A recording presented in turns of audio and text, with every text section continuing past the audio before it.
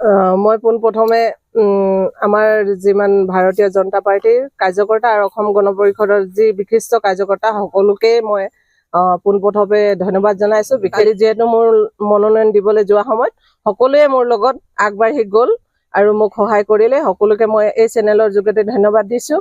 আৰু মই এটাই দুখ প্ৰকাশ কৰিছোঁ, যিহেতু মোৰ বিৰোধী হিচাপে প্ৰাৰ্থী অসম জাতীয় পৰিষদৰ দলৰ পৰা যিগৰাকী প্ৰদীপ গগৈ ডাঙৰীয়াই প্ৰাৰ্থিত্ব দিছিলে,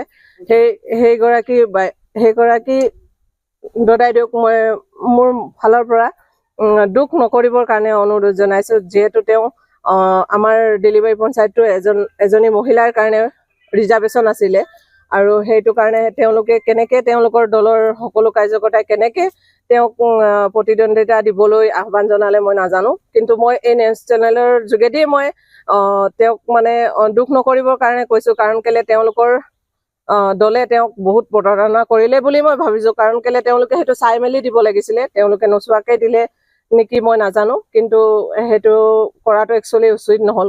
কাৰণ তেওঁ এজন মানে কাম কৰি খোৱা ব্যক্তি, পৰিশ্ৰমী ব্যক্তি, তেওঁ এজন মিস্ত্ৰী হয়। সকলো ৰাইজৰ লগত সদায় মিলি কাম কাজ কৰি আগবঢ়াই গৈ থাকে। গাঁৱৰ সমাজৰ এজন জ্যেষ্ঠ ব্যক্তি, তেওঁক তেনেকুৱা কৰাটো একচুৱেলি ভাল নহ'ল।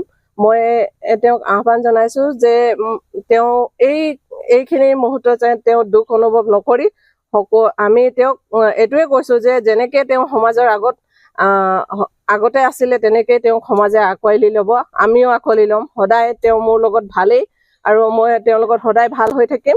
আৰু মই এই চেনেলৰ যোগেদি তেওঁক দুখ নকৰিবৰ কাৰণে অনুৰোধ জনাইছোঁ। গম পাওঁ যিহেতু লেডিজ বুকিং বুলি, কিন্তু তেওঁলোকে কি চাই দিলে ময়ো কনফিউজত আছিলোঁ যে হয় নেকি, কেনেবাকৈ অপেন হয় নেকি। ময়ো কনফিউজত আছিলোঁ মানে যে অপেন হয় নেকি, কিজানি অপেন হয়। হ'লেও মই প্ৰতিদ্বন্দ্বিতা কৰিছিলোঁ যাতে যদিও মানে দুইজনে খেলিবলগীয়া হয় তো খেলিম, অপেন হ'লেওতো খেলিব পাৰি ন, খেলিম। দুইজনে খেলিম, একেখন গাঁৱৰে হয়। যোনে ৰাইজে যাক ভাল পাব তাকে দিব, আৰু তেনেকৈ ওলাই যাম বুলিয়ে মই আশা কৰিছোঁ। মই অসম জাতীয় পৰিষদৰ হৈ মই AP মেম্বাৰৰ কাৰণে আবেদন কৰিছিলোঁ। কিন্তু কথাটো হ'ল কি, তেওঁলোকে জানে কি নাজানে চাগে।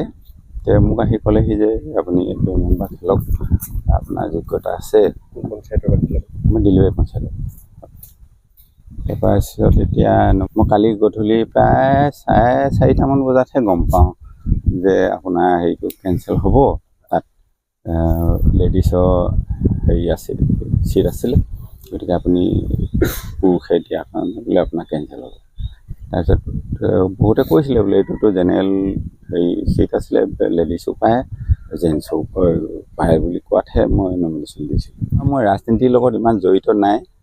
যেতিয়াৰ পৰা মোৰ ভোটাধিকাৰ সাব্যস্ত কৰিব বয়স হ'ল, তেতিয়াৰ পৰা মই অসম গণ পৰিষদৰ লগতেই জড়িত আছোঁ। তাৰপিছতে মই আকৌ ভাৰতীয় জাতীয় কংগ্ৰেছৰ লগতো, ভাৰতীয় জনতা পাৰ্টিৰ লগতো আছিলোঁ। তাৰপিছত মই নতুনকৈ 2023 অসম জাতীয় পৰিষদৰ দলত যোগদান কৰিছিলোঁ। কৰাৰ পিছতে তেওঁলোকে এতিয়া এইবাৰ মোক পঞ্চায়ত ইলেকশ্যন খেলিবৰ কাৰণে মানে সিদ্ধান্ত ল'লে। আমি এই ক্ষেত্ৰত ইমান জনা নাছিলোঁ, চাইছিলোঁ বোলে আমি লিষ্টখন, চাওঁতো আমাৰ কেনেকৈ ভুল হৈ গ'ল। আমি এতিয়া ভুলটো আমি স্বীকাৰ কৰিছোঁ বুলি কৈছে আৰু তেওঁলোকে।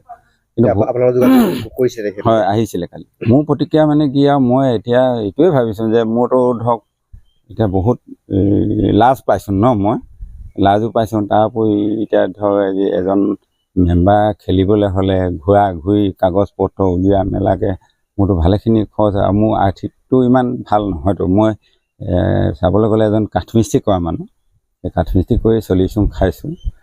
মই তাহাঁতক কৈছিলোঁ যে মই নোৱাৰিম হ'বাই বোলো, মইতো কাম কৰা মানুহ, মইতো কাম নকৰিলে মোৰ ঘৰ নচলে।